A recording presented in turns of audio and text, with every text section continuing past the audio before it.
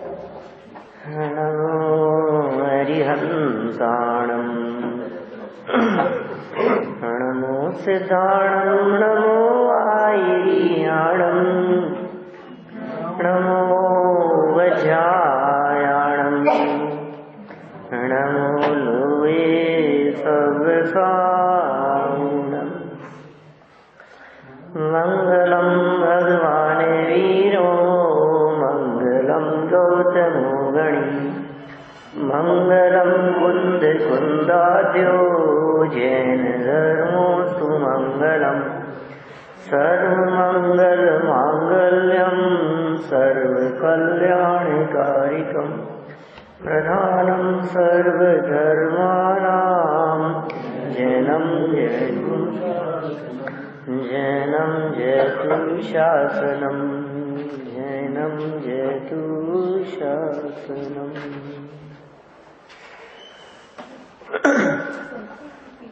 मोक्ष मार्ग प्रकाशक ग्रंथ इसकी संपन्नता के उपरांत यहाँ उन्हीं के सुपुत्र टोडरमल जी के सुपुत्र गुमानी राम जी के द्वारा लिखित समाधि मरण के स्वरूप की अपनी चर्चा चल रही थी। बहुत सुंदर और बहुत संक्षेप में यह विषय बतलाया इन्होंने। समाधि शांत परिणामों का नाम है। होता ये है, जब भी समाधि शब्द की चर्चा चलती है तो लोग उसे मरण के साथ में जोड़ देते हैं। वास्तव में समाधि अलग चीज है और मरण अलग चीज है। यदि समाधि को ही मरण कहते तो फिर समाधि मरण ये दो शब्द देने की क्या जरूरत थी। समाधि के साथ में मरण शब्द जोड़ा है, इसका मतलब मरण के बिना भी समाधि कुछ है, और समाधि के काल में मरण होगा तो वो समाधि मरण कहलाएगा। विगत 8-10 दिनों से हम इस प्रकरण के संदर्भ में चर्चा कर रहे हैं और यह चर्चा लगभग संपन्नता की ओर है। पहला परिशिष्ट पेज नंबर है 340 है ना, ग्रंथ की पूर्णता के उपरांत। तो समाधि किसे कहा यहाँ कि यहाँ परिणामों में शांति होगी तो समाधि होगी। परिणाम शांत हैं तो समाधि। अब परिणाम शांत कैसे हो तो और कब हो, तो अगर जीवन भर जिसके परिणाम शांत होते हैं उसका मरण भी उन शांत परिणामों में ही होता है। जिसका जीवन अशांत हो उसमें कैसे उम्मीद की जा सकती है कि इसका मरण शांत परिणामों में हो जाएगा। जिसने जीवन भर तत्वाभ्यास किया हो, चांस तो यही है कि वो व्यक्ति का मरण समाधि पूर्वक मरण होगा। और जिसने जीवन में तत्व की कोई बात ना सुनी हो उसका मरण समाधि मरण हो, ये असंभव जैसी बात लगती है। कैसी भावना भाता है ज्ञानी धर्मात्मा पुरुष सम्यक दृष्टि ज्ञानी जीव की भावना कैसी होती है। निरंतर ये विचार करता है कि भाई देखो, जीवन यदि अच्छा बीत रहा है तो हम भावनाएं बातें कम से कम मरण भी सुधर जाए। और ये बहुत प्रसिद्ध कहावत है, अंत भला सो सब भला। तो अंत नहीं बिगड़ जाए, परिणाम अंत समय में बिगड़ रहे हैं तो इसका मतलब कहाँ जाएंगे उसको इंडिकेट करता है ना। जैसे जन्म के बाद के परिणाम, बचपन के क्रियाकलाप, वो इस बात को दिखाते हैं कि ये जीव कहाँ से आया है। और मरते समय के परिणाम ये दिखाते हैं कि ये कहाँ जाने वाला है।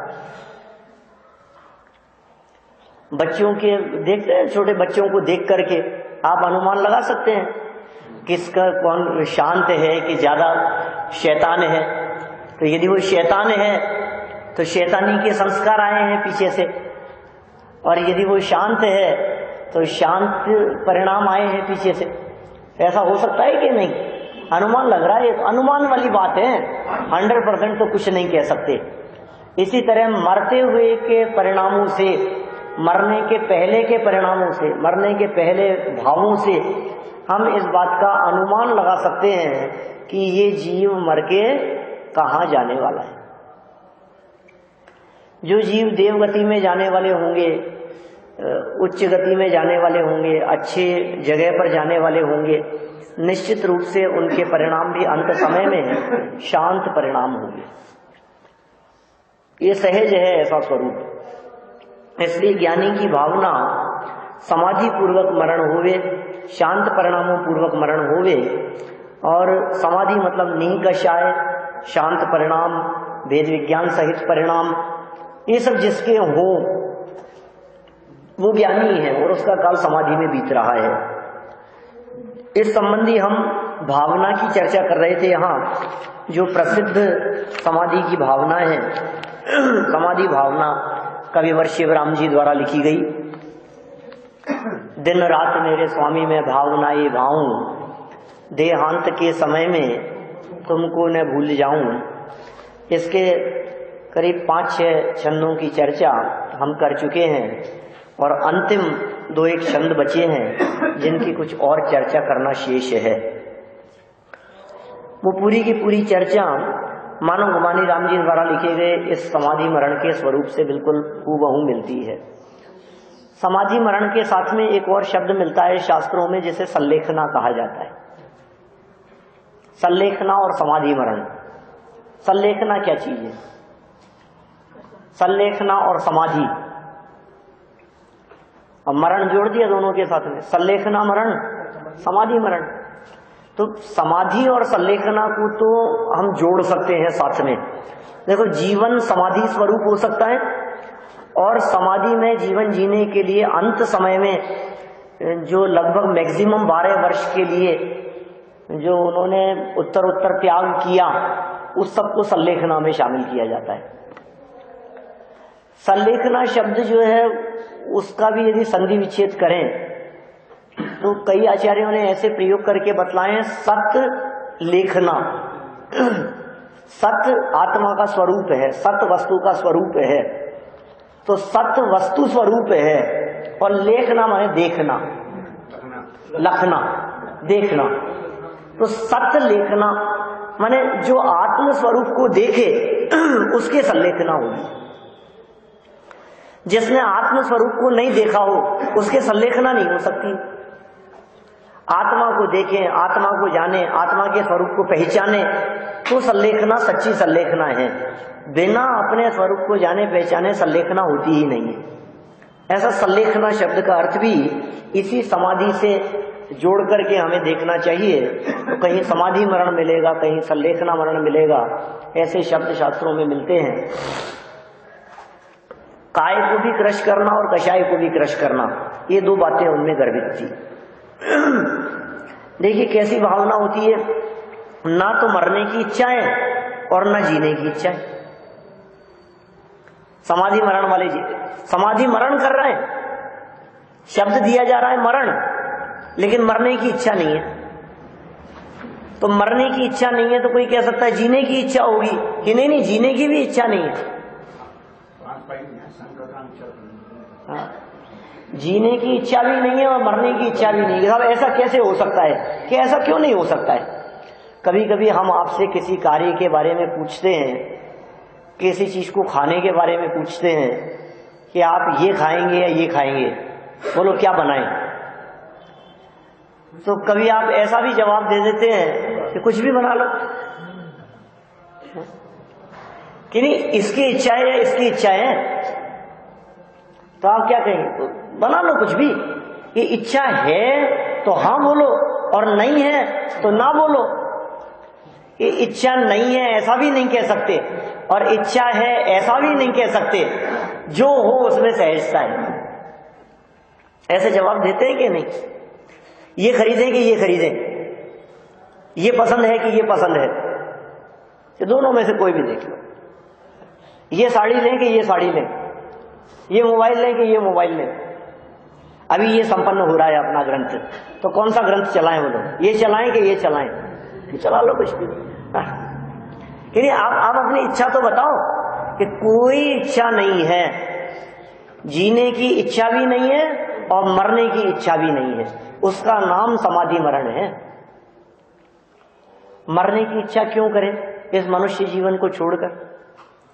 समाधि मरण लेने वाला जीव नियम से सम्यक दृष्टि होगा। मिथ्या दृष्टि जीवों का काहे का समाधि मरण, वो तो व्यवहार से समाधि मरण लोकोपचार के कारण कहो तो कह दो।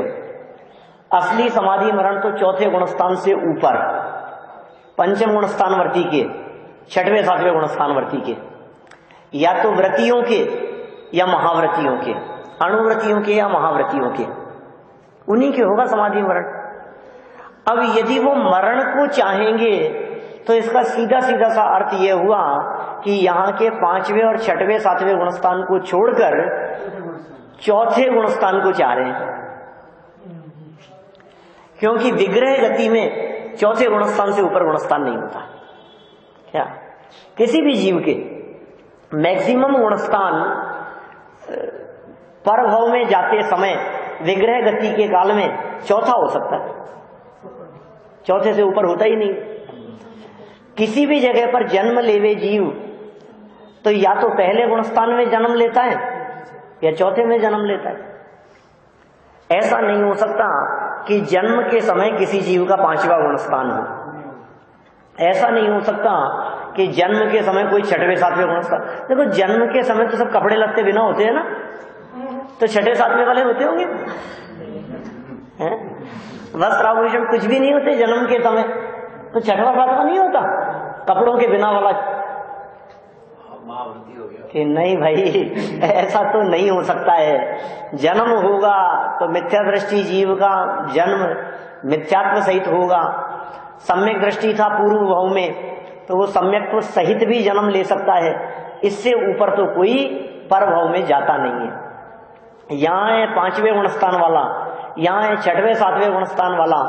मरण की इच्छा माने नीचे गिरने की इच्छा, तो मरण की इच्छा नहीं है। तो फिर साहब जीने की इच्छा तो रखे ना, जीने की इच्छा क्यों नहीं रखता है वो? समाधि मरण लेने वाला व्यक्ति जीने की इच्छा क्यों नहीं रख सकता है? कि सुनो भाई, ये इच्छा रखना निरर्थक जानता है वो। ज्ञानी जीव बराबर इस बात को जानता है कि मेरी इच्छा से तो जीवन होगा नहीं। मैं कितनी भी इच्छा करूं कि मैं और जीऊं, मेरी इच्छा से जीवन थोड़ी ना चलता है। जीवन तो आयु कर्म के हिसाब से चलेगा। जैसा आयु कर्म होगा, जैसे आयु की स्थिति होगी, जितना आयु कर्म शेष होगा उतना जीवन होगा। तो मेरे मरने के विचार से मरण नहीं होता और मैं जिंदा रहूं इन विचारों से जीवन नहीं होता। इसलिए जीवित मरणाशंसा दोनों ही नहीं है। उमा स्वामी आचार्य ने प्रयोग किया ऐसा। देखो ऐसी कुछ पंक्तियां यहाँ समाधि भावना के अंदर भी दी गई शिवराम जी द्वारा। मैं पढ़ता हूं यहां से, कई बार बोली है हमने पंक्तियां। जीने की हो नहीं इच्छा, मरने की हो न वांछा, परिवार मित्र जन से मैं मोह को हटाऊं। इतना सुंदर बात कह दी है। जीने की हो न वांछा और मरने की हो न इच्छा। जीने की वांछा नहीं, मरने की इच्छा नहीं। तो क्या कह रहे हैं कि परिवार मित्र जन से मैं मोह को हटाऊं। ये मोह हटाने की बात क्यों कह रहे हैं यहाँ पे? मित्रानुराग क्यों हटाने की बात कह रहे हैं? क्योंकि ये जो आप सोच रहे थे ना कि मैं और जिंदा रहूं, ये आप इसलिए सोच रहे थे कि मेरा मोह था परिवार के साथ में। परिवार के साथ में मोह आपको जीने की इच्छा प्रदान करता है। मरना नहीं चाहता, और थोड़ा सा इतना तो और कम से कम मैं जीना चाहता हूं कि पोते का मुंह देख जाऊं। इतना तो और मैं देखना चाहता हूं कि बस उसकी शादी हो जाए, वो बहू आ जाए, उसका ऐसा हो जाए। दिमाग में कुछ ना कुछ बना रहता है, उनको बुला लो बस। अंत में इतना समय हो गया बेटे को परदेश में, एक बार वो आ जाए, उससे मिल लूं मैं। वो आ गया, उससे मिल लिया, उससे चर्चा हो गई, अब कोई बात बाकी नहीं रही। अरे कह रहे हैं भाई साहब, इस राग को और मोह को लेकर के परभव में जाओगे तो क्या फल मिलेगा उसका? इस मोह को हटाने की भावना भाता हूं मैं। अंत समय में जाते जाते मोह छूट जाए, अरे भाई, समाधि मरण लेने वाले व्यक्ति का मोह देह के प्रति ही नहीं होता तो परिवार के प्रति कैसे हो सकता है? देह तो सबकी छूटनी है। मनुष्य जन्म जिसका हुआ है, मरण तो प्रत्येक व्यक्ति का हुआ ना। ऐसा तो हो नहीं सकता कि मरण नहीं हो। मरण पर तो कोई व्यक्ति विजय प्राप्त कर नहीं सकता। मौत तो सबकी होगी, देह तो छूटेगी। तो फिर किसके देह छूटने को समाधि कहें, समाधि मरण कहें, और किसके देह छूटने को मरण कहें?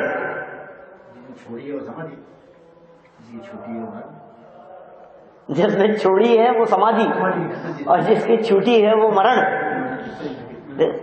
छोड़ने और छूटने की अपेक्षा से ये कहो, देह छूटने के पहले जिस व्यक्ति का देह से अपनापन छूट गया था उसका समाधि मरण, और जिसका अपनापन नहीं छूटा और देह छूटी उसका नाम मरण। वास्तव में देह तो पर संयोगों की जैसे है, तुम्हारे रोकने से रुकते नहीं है, तुम्हारे छोड़ने से छूटते नहीं है। और जो असली परिग्रह है, असली विकार है, वो तो मोहराग द्वेष वाला ही विकार है, हमारे विकारी परिणामों वाला ही है। तो वो छूटे तो छोड़ना कहते हैं, बाकी चीज को तू छोड़ भी नहीं सकता। ये कहता है मैंने इसको छोड़ दिया, मैंने इसको छोड़ दिया, मैंने इसका त्याग कर दिया। मैंने किसका त्याग कर दिया? छोड़ने का मतलब ही ममत्व छोड़ना है। कहता हूं हमने आलू छोड़ दिए। आलू छोड़ दिए मतलब, आलू छोड़ दिए मतलब आपके घर में थे, आपने ऐसे उठाए और उठा करके ऐसे छोड़ दिए, मैंने कहा आलू छोड़ दिए। ऐसे छोड़ना होता है? छोड़ना मतलब क्या है? उसको खाने का मोह छोड़ दिया, उसका नाम छोड़ना है। बाकी तो लोग छूट ही जाएंगे। एक व्यक्ति ने, समझ लो आप दीक्षा ली, और दीक्षा लेने के बाद में आपने कहा कि इसने घर बार छोड़ दिया। घर बार छोड़ा जाता है ना। और त्याग करने के बाद भी उसका यदि मोह बना हुआ है तो फिर छोड़ा कहाँ? घर में रहते हुए भी क्या करता था? मोह ही तो करता था। जिसे आप छोड़ना कह रहे हैं, मोह को साथ में रखते हुए उसे छोड़ना नहीं कहते, क्योंकि जिसे आपने छोड़ा है ऐसा तो जीवन पूरा हो जाने पर अपने आप ही छूट जाता है। यहां जीवन पूरा हुआ और अपने आप छूट गया, क्या दम है? आपने कहा हमने परिवार छोड़ करके संन्यास ले लिया, तो तुम्हारा परिवार बना रहता होगा मौत के बाद, घर बार महल मकान बने रहते होंगे, धन दौलत वैभव आदि का क्या होता होगा? सब छूट ही जाते हैं ना। तो छूट करके मरण हो गया तो सन्यासी हो गया, त्यागी हो गया। ये सब बने रहें और इनके प्रति ममत्व छूट जाए तो कहते हैं छोड़ दिया, और ये सब छूट जाएं और ममत्व बना रहे तो कहते हैं कुछ नहीं छूटा। तो जिनका देह छूटने के पहले देह से ममत्व छूट जाता है उनका मरण समाधि मरण होता है, और जिनकी देह तो छूटती है लेकिन ममत्व नहीं टूटता है उनका तो अज्ञानियों जैसा मरण है। ऐसा मरण तो अनादिकाल से करता आया है। सच में मरण को नहीं जीतना, भाव मरण को जीतना है। अनादिकाल से भाव मरण करता आया है। भाव मरण किसे कहते हैं? जानते हैं भाव मरण किसे कहते हैं? बोलते हैं ना अपन लोग, जुगल जी बाबू जी की पूजन में आता है, यूं भाव कर्म या भाव मरण सदियों से करता आया हूं। ये भाव कर्म तो समझ में आता है, राग द्वेष मोह आदि भावों को भाव कर्म कहते हैं। और भाव मरण क्या होता है? यूं भाव कर्म या भाव मरण सदियों से करता आया हूं। ये क्या होता है भाव मरण? दुखानुभूति को भाव मरण कहते हैं। अनादिकाल से ये जीव मरता आया है लेकिन मरा नहीं है, जीता है और जिया नहीं है। अनादिकाल से ये जीव जीता आया है लेकिन जिया नहीं है। ये क्या उटपटांग बातें करते हो आप? मरता आया है लेकिन मरा नहीं है, जीता आया है लेकिन जिया नहीं है, कहना क्या चाहते हो? स्पष्ट है इसमें क्या है। मरता आया है इसका मतलब है मरण की अनुभूति करता आया है लेकिन मरा नहीं है। जीव कहाँ मरा है? पर्याय बदलती है, अवस्था बदलती है, देह छूटती है और नई देह मिल जाती है, इसे मरण नहीं कहते, इसलिए मरा नहीं है। फिर दूसरा वाक्य उल्टा कह दिया आपने, अनादि काल से जीता आया है लेकिन जिया नहीं है। जीता आया है कैसे? जीवत्व शक्ति का धनी है। 47 शक्तियों में पहली शक्ति का नाम जीवत्व शक्ति है, माने जीता तो आया है। तो जिया है कि नहीं जिया? कि जिया नहीं है। ये क्या मतलब? सुखानुभूति को जीवन कहते हैं और दुख की अनुभूति को मरण कहते हैं। ये प्रति क्षण मरता रहता है, दिन रात मरता रहता है। कभी सर्दी से मरता है, मर गए आज तो, इतनी ठंड थी, ठंड से मर गए हम तो। कभी गर्मी से मरता है, कभी सर दर्द से मरता है, कभी पेट दर्द से मरता है, कभी तकलीफ से मरता है, वेदना से मरता है। तो बेटा मर गए हम तो। इतनी तेज मिर्च थी सब्जी में, मिर्ची से मर गए। मर गए तो भूल कैसे रहा है? जिंदा है कि मर गया है? मरण की अनुभूति, दुख की अनुभूति, दुख जैसी वेदना, उसका नाम है मरता आया है। यहां कह रहे हैं भाई साहब, सम्यक दृष्टि जीता है और मिथ्या दृष्टि मरता है। मिथ्या दृष्टि मरता ही रहता है। मिथ्या दृष्टि के पास में जीवन ही नहीं, तो क्या जिएगा वो? हर क्षण मरता है। ये साहब नोट बंद कर दिए, मर गए हम तो। कि जब बंद नहीं किए थे तब कौन सा जी रहे थे? हैं? हर समय मर ही रहा है ना, तो हर समय दुखी है, हर परिस्थिति से दुखी है। जिस हाल में देखो उस हाल में दुखी है। खाने से दुखी है, पीने से दुखी है, हर परिस्थिति के अंदर कहीं चैन नहीं है उसको। सोते उठते, खाते पीते, नहाते धोते, हर परिस्थिति के अंदर दुखी है, दुखी है, दुखी है, हर क्षण दुखी है। दुखी को कहते हैं मरण। तो यहां जो ये बात कही है इन्होंने कि मोह को हटाऊं, ये मोह छोड़ना महत्वपूर्ण वचन है। मोह यदि छूटेगा तो सब कुछ छूट गया, और मोह नहीं छूटा तो कुछ नहीं छूटा। और मोह में भी असली मोह है देह के प्रति एकत्व बुद्धि वाला मोह। असली मोह है दर्शन मोह, असली मोह है मिथ्यात्व। चारित्र मोह भी छोड़ने की चर्चा नहीं है। चारित्र मोह तो मुनिराजों का भी नहीं छूटता। चारित्र मोह के छोड़ने की क्या बात करेंगे हम? चारित्र मोह तो अभी समझ लो आप 12वें गुणस्थान तक चलेगा, 10वें के अंत तक कह दो उसको। 12वें तक हम इस अपेक्षा से कह रहे हैं, समझ लो आप 12वां तो क्षीण मोह है, लेकिन 11वें गुणस्थान में भी है ना उपशांत मोह, सत्ता तो है ही उसकी। तो उस मोह के छोड़ने की बात नहीं है। श्रेणी चढ़ते हुए भी मुनिराज के जीवन में है, बोलो आप, चारित्र मोह। तो राग द्वेष के छोड़ने की बात नहीं है। देह के प्रति एकत्व बुद्धि, ये मैं हूं, यही मैं हूं, इस मिथ्यात्व को मोह कहते हैं। जब हम मोह, राग, द्वेष इन 3 शब्दों का प्रयोग करते हैं तो मोह का मतलब क्या होता है? मोह माने है दर्शन मोह, और राग द्वेष माने है चारित्र मोह।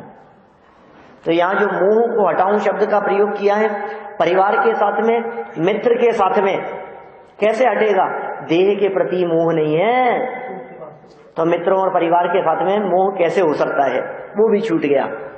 फिर चलो कोई बात नहीं, ये मोह तो छोड़ दिया, बाहर में तो मोह नहीं दिखाई दे रहा है, अंदर में तो मोह हो सकता है ना।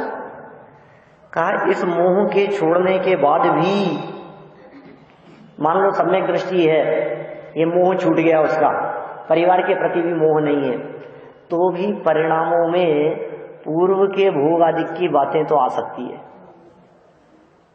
इसलिए अंतिम पंक्तियों में क्या बात कही? भोगे जो भोग पहले, उनका न होवे सुमिरन, मैं राज्य संपदाया पद इंद्र का न चाहूं। हाँ, सारी बातें आ गई इसके अंदर। तत्पर सूत्र में जो मूल सूत्र के अंदर बात कही है, जीवित मरणाशंसा मित्रानुराग सुखानुबंध निदानी, ये भावना भाई ना वहां समाधि मरण और सल्लेखना की भावना में उमा स्वामी आचार्य ने 5 बातें ली है। जो भावना भाता है वो कैसी भावना भाता है? जीवित मरणाशंसा, जीने की इच्छा न होवे, मरने की इच्छा नहीं हो। इन पांचों का अतिचार कह दो। जीने की इच्छा, ये समाधि मरण का अतिचार है, संलेखना का अतिचार है। मरने की इच्छा, ये संलेखना का अतिचार है। और मित्रानुराग तीसरे नंबर पर, मित्रानुराग की बात आ गई ऊपर वाली पंक्ति में। फिर मित्रानुराग के बाद सुखानुबंध, भोगे जो भोग पहले, ये सुखानुबंध। और पद इंद्राधिक का न चाहूं, ये निदान नहीं चाहना। तो ये 5 कारण ऐसे हैं जिन 5 कारणों से अतिचार लगता है संलेखना के प्रकरण में। समाधि मरण की भावना भाने वाला व्यक्ति निश्चित रूप से ये चाहता है कि हमारी इस तरह की इच्छाएं न होवे, मित्रों के प्रति अनुराग भी नहीं होवे, साधर्मियों के प्रति अनुराग भी नहीं चाहिए, साधर्मियों के प्रति वात्सल्य का भाव भी नहीं चाहिए, मुझे नहीं चाहिए। जिसका त्रिकाली के प्रति, अपने ज्ञायक भगवान आत्मा के प्रति जिसका अपनापन है, उसका अपनापन साधर्मियों के प्रति भी नहीं हो सकता है, उसका अपनापन देवशास्त्र गुरु के प्रति भी नहीं हो सकता है, क्योंकि शुभ भाव है वो। यहां तो शुद्धोपयोग की चर्चा चल रही है, तुम शुभ भाव की बात कैसे कर सकते हो? देवशास्त्र गुरु के प्रति भी यदि अनुराग का भाव है तो वो शुभ भाव है, वो बंधन का हेतु है, वो निर्बंध अवस्था नहीं। जीने की इच्छा नहीं है, शरीर रहे तो रहे, कोई बात नहीं। मरने की इच्छा नहीं है, शरीर छूटे तो छूटे, मित्रों के प्रति अनुराग नहीं है। और सुखानुबंध याद आती है, अरे यार क्या इस संलेखना के काल में नीरस भोजन कर रहा हूं, ये त्याग कर दिया, भोजन छोड़ दिया, भूख तो थोड़ी बहुत लग रही है, धीरे धीरे त्याग कर दिया है। क्या रस जो संलेखना धारण करते हैं वो धीरे धीरे त्याग करते रहते हैं ना इस तरह से। तो वर्तमान में तो त्याग कर रहे हैं, और त्याग करते हुए उसको इच्छा हो रही है पिछली, यार उस समय जो चीज खाई थी वो खाने की इच्छा है, आज भी उसका स्वाद आ रहा है मेरे दिमाग में। उस समय में जो खाई थी, वहां जो हलवा खाया था ना, वो स्वाद तो गजब ही है, आज भी याद आता है मेरे को। 2 साल पहले वाला, 5 साल पहले वाला, वो गुलाब जामुन तो उनकी शादी में बने थे, उसके बाद में आज तक नहीं खाया हमने वैसा स्वाद आज भी हमें याद आता है। ये सब सुखानुबंध के अंतर्गत आता है। आप याद कर रहे हैं, और याद करने पर भी वैसी अनुभूति होती है, क्योंकि सच बात यह है, पर वस्तु का तो तूने भोग आज तक कभी किया नहीं। पर वस्तु का भोग तो कर सकता नहीं है, जड़ पदार्थों का ये भोग कैसे करे? तो जो भोग हो रहा था वो राग का भोग था, और वर्तमान में राग मौजूद है, उसका स्मरण कर करके राग को बढ़ाता है, तो वैसी अनुभूति होती है। बोलो किसी संकट की परिस्थिति में जो तकलीफ हुई हो, जब जब आप उस बात को विचार करते हैं तो वैसी ही तकलीफ होती है। जैसे समझो आप किसी व्यक्ति ने हमारे को गाली दी, अब शब्द कहा, बुरा भला कहा, तो बहुत तकलीफ हुई हमारे को। अब ये जो तकलीफ अभी हुई है आपको, ऐसी ही तकलीफ आपको 2 साल बाद में भी हो सकती है। कब? जब आप उसी अपशब्द सुने हुए को याद करते हो, तो वही वेदना होती है। मैं भूल नहीं सकता उसको, आज भी मेरे कानों में चुभते हैं वो शब्द, हृदय में चुभते हैं वो शब्द। ऐसी बात मैं कैसे भूल सकता हूं मैं? तो तुम क्यों दुखी हो रहे हो? उसको याद कर करके दुखी हो रहे हो। तो यदि याद कर करके दुखी हुआ जा सकता है, विकार को याद करके, अपशब्द को, अपमान को, अपयश को याद करके दुखी होता है, तो सम्मान को याद कर करके सुखी होने की सोचता है। ये सुखानुबंध, इसको अच्छा लगता है। मिस्रों में पड़ा है, अभी परिस्थिति बिल्कुल प्रतिकूल है, लेकिन याद करता है पुरानी बातों को। वो भी क्या दिन थे जो हमने बिताए थे, वो भी क्या काल था, वो भी क्या टाइम था। बहुत बुजुर्ग लोगों को ऐसा कहते हो, वो भी क्या समय था, वो जवानी का समय है, वो युवा अवस्था का समय, वो समय तो था, वो काल तो बस हमारे जमाने में तो ऐसा होता था।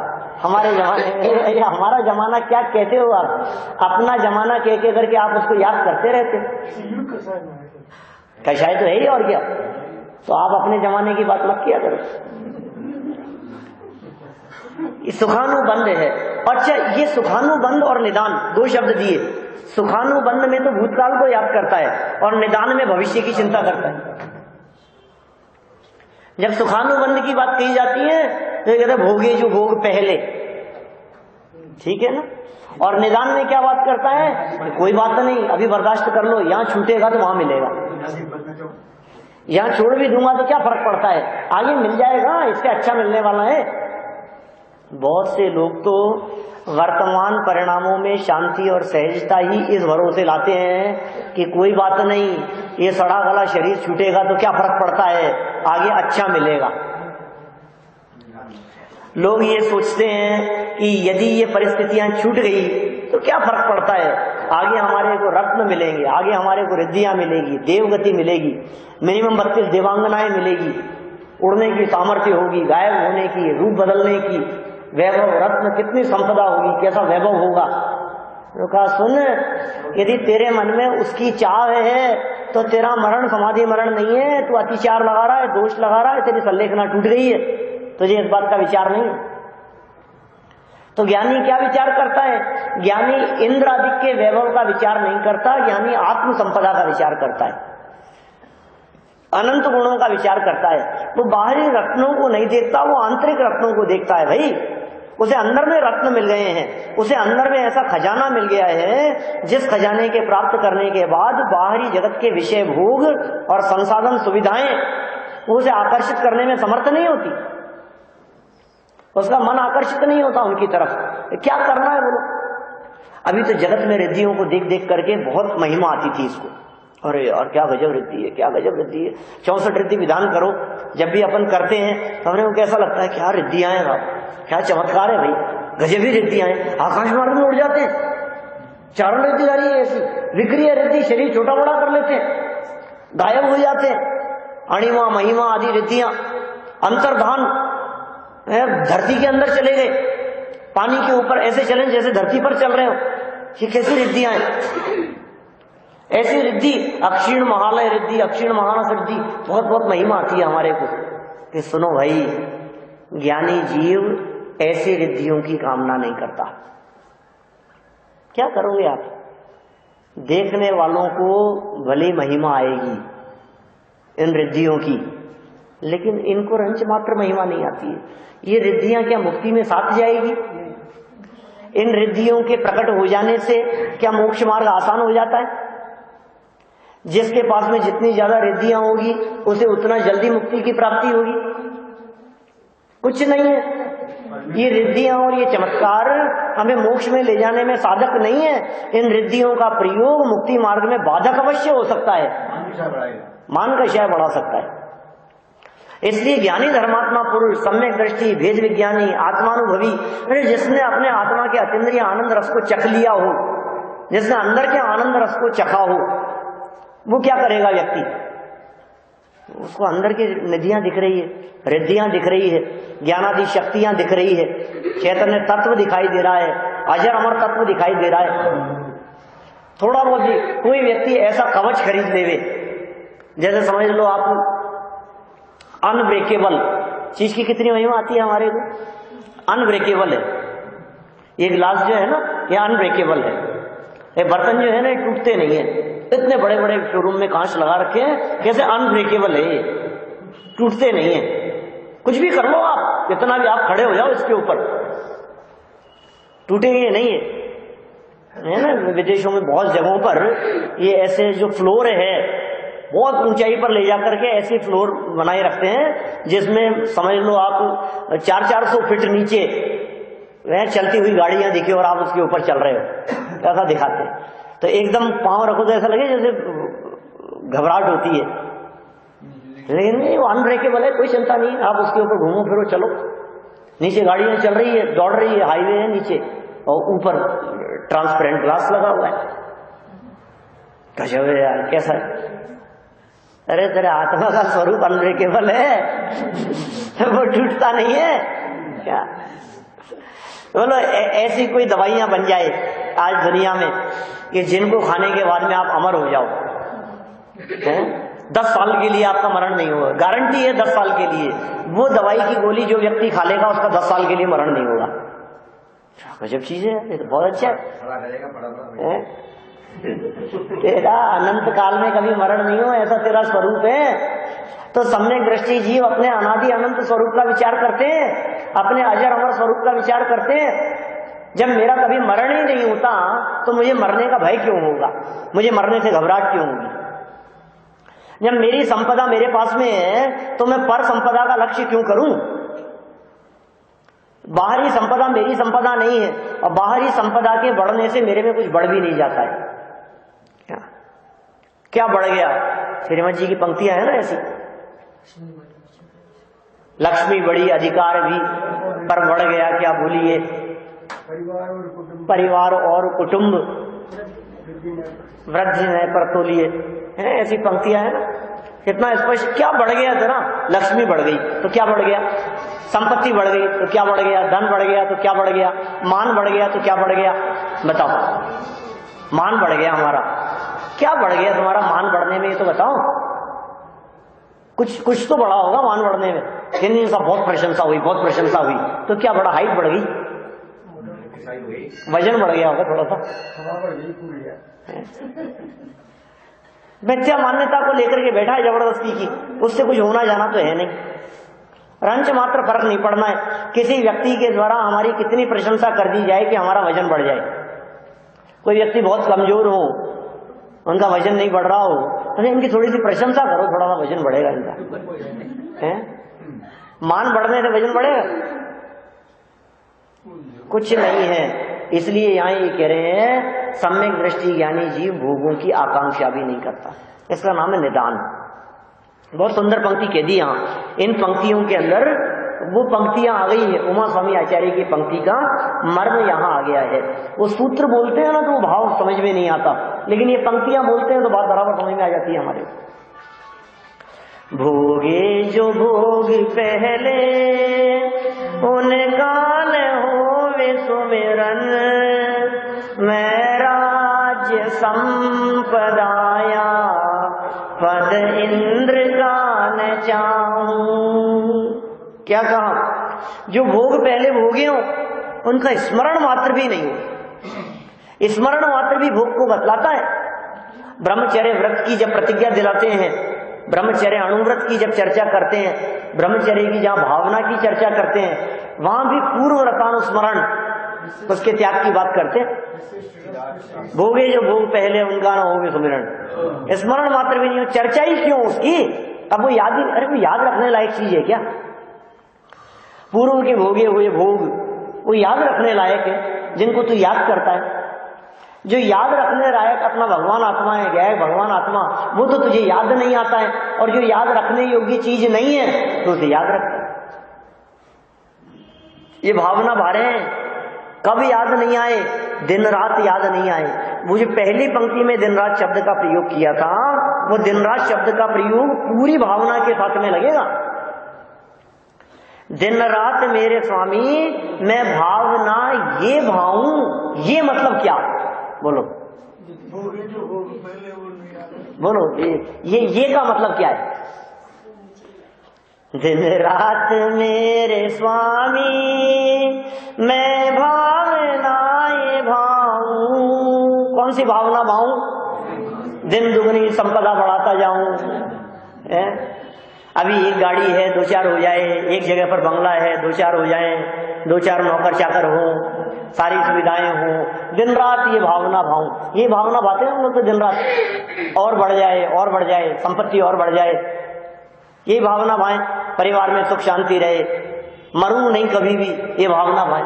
बात तो ऐसी करते हैं जैसे हमें तो कभी मरना ही नहीं है। अजीब तत्व का चिंतन करता है, अजीब तत्व का चिंतन नहीं क्या? अजीब तत्व का चिंतन भी वास्तव में सम्यक दृष्टि ज्ञानी जीवों के होता है। सातों ही तत्वों का चिंतन ज्ञानियों के होता है। अज्ञानी को न जीव की खबर है ना अजीब की खबर है। विपरीत चिंतन है, उल्टा चिंतन है। ऐसा कह सकते हो अजीव तत्व संबंधी भूल है, अजीब तत्व का चिंतन नहीं। ये बढ़ाना चाह रहा है, ये चिंतन चलता है हमारा। सोचो आप, दिन भर हमारा क्या चिंतन चलता है, सुबह से शाम तक क्या चिंतन चलता है, तो क्या भावना भाव में? तो इन्होंने आपके ऊपर नहीं छोड़ा, इन्होंने कहा दिन रात मेरे स्वामी मैं भावना ये भाऊं। क्या भावना भाऊं? कि मेरी भावना ये है कि देहांत के समय में आपको नहीं भूल जाऊं, मेरी भावना ये है कि कोई शत्रु हो तो उसको संतुष्ट कर दूं। मेरी भावना ये है कि समता का भाव हृदय में रहे। मेरी भावना ये है कि त्यागूं आहार पानी, औषधि का भी त्याग कर दूं, अवसर विचार करके कोई नियम न टूटे। मेरी ये भावना है। मेरी ये भावना है कि जागे नहीं कषाएं। ये भावना है मेरी। ये सारी भावना ही तो बतलाई है। ये शब्द के अंदर कितना मर्म भरा है। ये शब्द के अंदर पूरी भावना शामिल हो गई। मेरी ये भावना है आत्म स्वरूप अथवा आराधना विचारू। दिन रात यही भावना भाऊं, आत्म स्वरूप का चिंतन चलता रहे, आत्मा के स्वरूप का चिंतन चलता रहे। दिन रात यही भावना भाऊं, आराधना विचारू। और अरिहंत सिद्ध साधु, इसके अलावा किसकी शरण? निश्चय से अपने आत्मा की शरण, व्यवहार से पंच परमेष्ठी की शरण, इसके अलावा तीसरा कोई शरण ही नहीं। निश्चय से अपना क्या है? भगवान आत्मा शरण है, व्यवहार से पंच परमेष्ठी शरण है। तो अपने आत्मा की शरण लेता है तब तो ठीक, और पंच परमेष्ठी की शरण लेता है तो भी वो आत्मा की शरण में भेज देते हैं। तो कुल मिलाकर के तो आत्मा ही शरण है। आचार्य कुंकुन स्वामी की भी पंक्तियां, योगेंद्र देव ने भी वही उसी तरह की गाथा लिखी। सब आत्मा की अवस्थाएं, आत्मा ही है शरण। अरिहंत सिद्ध आचार्य उपाध्याय साधु, 5 किस किस की शरण लेना? बोलो, अरंत की सिद्ध की? आचार्यों की शरण लें, उपाध्यायों की, मुनिराजों की, किसकी शरण लें? अरे साहब कोई एक बता दो आपको कि आत्मा की ले लो। तब आत्मा की शरण लें कि पंच परमेष्ठियों की शरण लें? कि पंच परमेष्ठियों की शरण का मतलब ही यही है कि आत्मा की शरण। पांचों परमेष्ठियों के बताए हुए मार्ग पर चलकर अपनी आत्मा की शरण लेना ही पंच परमेष्ठियों की शरण का सच्चा अर्थ है। बाल बोध पाठमाला भाग 1 में बतलाया, 3 साल के बच्चे को पढ़ाते। बोलो, उनके बताए हुए मार्ग पर चलकर अपनी आत्मा की शरण लेना, वो शरण है। ये भावना बाता हूं मैं, धर्मात्मा निकट हूं, चर्चा धर्म सुनाए। कब? जब दुकान पर बैठे हो। हो सकता है ऐसा, ग्राहकों से ऐसी चर्चा हो सकती है। अपने जो क्लाइंट आए हैं उनसे ऐसी चर्चा कर सकते हो। आपके जो परिवार वाले हैं, जान पहचान वाले हैं, मित्र हैं, सगे संबंधी हैं, उनके साथ में बैठो तो ऐसी चर्चा नहीं हो सकती। धर्मात्मा निकट हो, चर्चा धर्म सुनावे। मरते समय कि जीते जी? कब की बात है ये? मरते समय की बात है।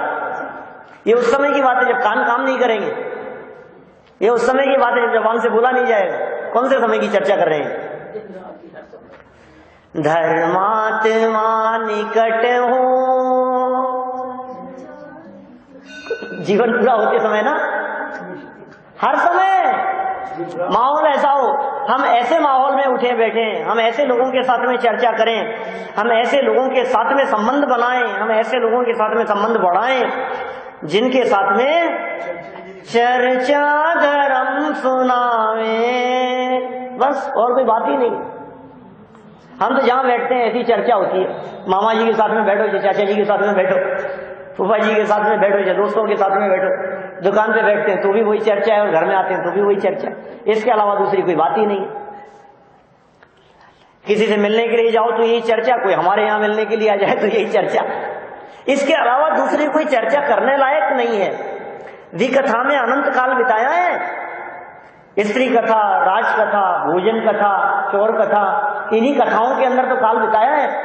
जहां बैठो वहां क्या चर्चा चलना चाहिए? बोलो, नोटबंदी की चर्चा, देश के हालात की चर्चा, बेरोजगारी बढ़ रही है इसकी चर्चा, काय की चर्चा चलनी चाहिए?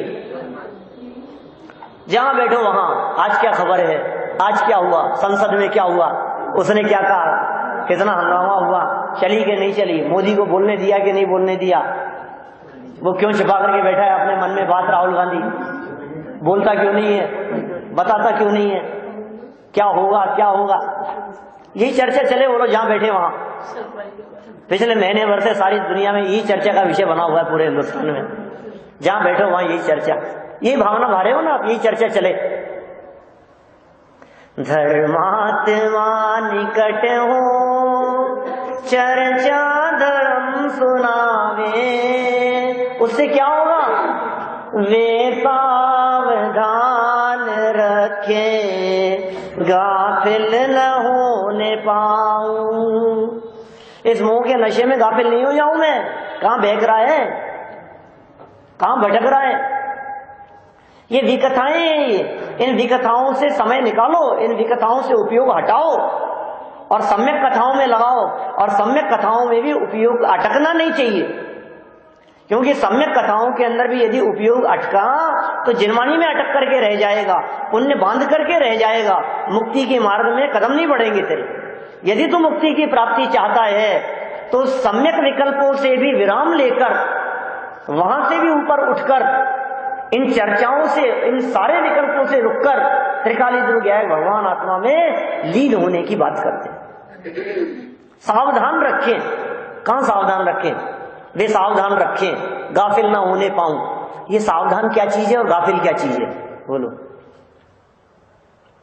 यद्यपि इन पंक्तियों की चर्चा विगत दिनों में अपन कर चुके हैं, लेकिन ये सावधान और गाफिल की वो बारीक बात नहीं हुई। पिछले 10 दिनों से हम चर्चा कर रहे हैं, लेकिन मैं कोई बात रिपीट नहीं करना चाहता कहीं भी। ये क्या कह रहे हैं? सावधान रखें। सावधान मतलब ऐसे, सावधान मतलब जनगण मन जब चल रहा हो तो बिल्कुल सावधान हो जाओ, ऐसा। सावधान मतलब मिलिट्री के जवान जैसा, ऐसा सावधान रखिए। चीफ साहब चर्चा धर्म सुनाए, धर्म चर्चा सुना रहे हैं साहब, तुम बिस्तरों पर लेटे हो, तुम सावधान हो, पहले सीधे हो तो सुनाएंगे। अरे भैया, स्वरूप में सावधानी की चर्चा चल रही है। देह असावधान है, परिणामों में सावधान है, स्वरूप में असावधान नहीं है, स्वरूप में जागृत है। बाहर में भले जगत के जीव कहें कि कितने असावधान हैं, लेकिन कोई बात नहीं, अपने स्वरूप में सावधान है। चलने उठने बैठने खाने पीने में सावधानी की चर्चा नहीं है, विषय कषायों में सावधानी की चर्चा नहीं है, दुनियादारी की उठापटक में सावधानी की चर्चा नहीं है। अपने स्वरूप को पहचानता है या नहीं पहचानता, ये बताओ। अपने स्वरूप को नहीं पहचानता, असावधान है, और अपने स्वरूप को पहचानता है, सावधान है। स्वरूप में सावधान रहते हैं। जंगल में मुनिराज बैठे हुए हैं, शेर आ गया, महाराज थोड़ा सा सावधान रहना, जंगली जानवर है, यहाँ जंगली जानवर है, सावधान रहना। तो क्या सावधान रहे? हम तो सदा ही सावधान है कि शेर आ गया, आप सावधान हो जाओ, थोड़े से सतर्क रहो। सावधानी का अर्थ उसको भगाना नहीं है, विकार को भगाना है। गाफिल होने का मतलब परिणाम बिगड़ना माने गाफिल होना, सावधान रहना माने परिणाम सुधरना। 3 बातें संयोग परक कही, ऐसा अर्थ किया था ना अपन ने इन पंक्तियों का। धर्मात्मा निकट हो, संयोग पुण्य के उदय से हमारे हाथ में क्या है? धर्मात्मा निकट होंगे कि नहीं होंगे ये आपके उदय पर निर्भर करता है ना, हमारे हाथ में तो नहीं है। चर्चा धर्म सुनावे, अब धर्म चर्चा भी सुना रहे हैं, लेकिन मैं सावधान नहीं हूं, मुझे गहल आ रही है, मुझे नींद आ रही है, मुझे सुहा नहीं रही है, ऐसा नहीं। वे सावधान रखें गाफिल न होने पाऊं। वो भी सावधान रखें और मैं भी सावधान रहूं। वो भी सतर्क करें और मैं भी सतर्क रहूं। वो भी जागृत करें और मैं भी जागृत रहूं। तो कहे सुन रहे हो ना? हाँ, बराबर सुन रहा हूं मैं, जागृत हूं मैं, तो बराबर समझ में आती है। जिसने जीवन भर ये तत्वाभ्यास किया हो, अंत समय में भी शरीर काम भी न कर रहा हो, आप यदि उससे तत्व चर्चा करेंगे तो चेहरा खिल जाएगा। हमने कई लोगों को देखा है, कोमा में पड़े हुए व्यक्तियों की बातें थी। अभी अमेरिका थे तो बहुत अच्छे स्वाध्यायी हैं अपने साधर्मी, निरंजन भाई है शिकागो में। तो मैं वहां पहुंचा, उसके 4 दिन पहले वो उनकी स्थिति ऐसी थी, वो कोमा में चले गए, बिस्तरों पर हॉस्पिटलाइज थे। 7 दिन में वहां रुका। तो 7वें दिन जब वहां गए तो जब हमने चर्चा सुनाना शुरू किया तो डॉक्टर कहते हैं कान बराबर काम कर रहे हैं, आप जो बोल रहे हो, आंखें नहीं खोल रहे हैं, आंखें हिलाते नहीं है, खोलते नहीं है, हाथ पांव हिलाते नहीं है, लेकिन यदि आप तत्व की बात उनके साथ में करते हैं, उनको बतलाते हैं, उनसे पूछते हैं, तो वो निश्चित रेस्पॉन्स देते हैं। वो सुन रहे हैं, वो बात समझ में आ रही है उनको। शरीर शिथिल है, ज्ञान शिथिल नहीं। ज्ञान अपना काम कर रहा है। हाँ, प्रकाश देवी जी से अपने आते थे स्वाध्याय में बराबर, मैं गया था उनको संबोधन करने भी। कौमा में थी। हाँ, वही उन्हीं की बात। तो कितने प्रसंग ऐसे बराबर। अरे भाई, शरीर को अपना काम करने दो, ज्ञान अपना काम कर रहा है। देह अपना काम करेगी, ज्ञान अपना काम करेगा। वेद विज्ञान के माध्यम से शरीर से भिन्न आत्म तत्व को देखेंगे तो फिर ये तकलीफें नहीं लगती है। और जब शरीर की वेदना आपको तकलीफकारी नहीं दिखाई देवे, तब समझना कि अब हमारी मरण के लिए तैयारी है, और इस मरण का नाम समाधि मरण कहलाएगा। तब समाधि मरण होगा। हमारी तैयारी है पूरी। डर किसे हो? जिसने कोई अपराध किया हो वो व्यक्ति डरे, जिसने चोरी की हो वो डरे। इनकम टैक्स वालों के नोटिस से कौन डरे? कि जिसने हेरफेर की हो। हमें काहे का डर? हमारा ईमानदारी का पैसा है, अपने खाते में जमा कराया, हमें काहे का डर है? 2.5 लाख क्यों जमा कराएंगे? 7 लाख जमा कराएंगे, 5 लाख जमा कराएंगे। ईमानदारी का पैसा है, 1 नंबर का पैसा है, कमाया हुआ है, हमारे खातों में बोलता है बैलेंस नहीं है, तो क्या दिक्कत है बोलो? अरे आप क्या कर रहे हो साहब, 2.5 लाख तक तो कोई दिक्कत नहीं है, उससे ज्यादा मत कराओ। अरे हमें नहीं है डर। डरे वो जिसने की हो हेरा फेरी। तो मौत से कौन डरता है? डरे वो जिसने जीवन बिगाड़ा हो। हमारा जीवन अच्छा बीता है, अच्छा होगा हमारे साथ में, हमें तो गिफ्ट मिलेगा हमारी तो प्रशंसा होगी, हमारा तो सम्मान होने वाला है। हमें काहे की तकलीफ है? मर करके भोग भूमि में जाएंगे, मर करके देवगति में जाएंगे, हमें कोई तकलीफ नहीं है। लेकिन ऐसा विचार करके भी कि मर के देवगति की प्राप्ति हो जाएगी, भोग भूमि में चला जाऊंगा, ऐसा विचार करे यदि कोई अंतिम समय में, तो उसके लिए भी यहाँ सावधान रखने की बात कह दी। यहाँ सावधानी के संदर्भ में बात कह रहे हैं, भाई साहब सतर्क रहो, गड़बड़ नहीं होनी चाहिए बिल्कुल भी। वे सावधान रखें, गाफिल न होने पाऊं। और सावधानी कहां कहां? कि जीने की इच्छा नहीं है, मरने की वांछा नहीं है, परिवार मित्र से मोह नहीं है, और भोगे जो भोग पहले उनका स्मरण नहीं है, न राज्य चाहता हूं न संपदा चाहता हूं। साहब राज्य और संपदा क्या चाहोगे तुम? पांव तो कब्र में लटके हैं। नहीं, इंद्र पद तो चाह सकता हूं, वो भी नहीं चाहता हूं। कोई व्यक्ति जो मरने वाला हो, उससे कहो कि तेरे को राज्य चाहिए, क्या करूंगा यार राज्य का? डॉक्टरों ने जवाब दे दिया है, तुम कह रहे हो राजा बना देवे, कि क्या करेंगे? कि संपदा चाहिए, कि डॉक्टरों ने जवाब दे दिया, 24 घंटे का टाइम दिया है, मरने वाला हूं, अब संपदा का क्या करूंगा? बोले इंद्र पद चाहिए, कि हाँ वो चलेगा मरने के बाद। निदान है भाई साहब, ये निदान है। ये निदान भी जब तक होगा तब तक समाधि मरण नहीं है। इन 5 चीजों से जब विरक्त होता है तो फिर नीचे लिखा है रत्नत्रय काहू पालन। कल करेंगे अपन विस्तार से चर्चा इसके संदर्भ में। माने रत्नत्रय पालन पूर्वक ही समाधि मरण होता है, आत्म स्वरूप की सावधानी पूर्वक ही समाधि मरण होता है। और ऐसा समाधि मरण हम सभी का हो, इसी मंगल भावना से मैं बात को विराम देता हूँ।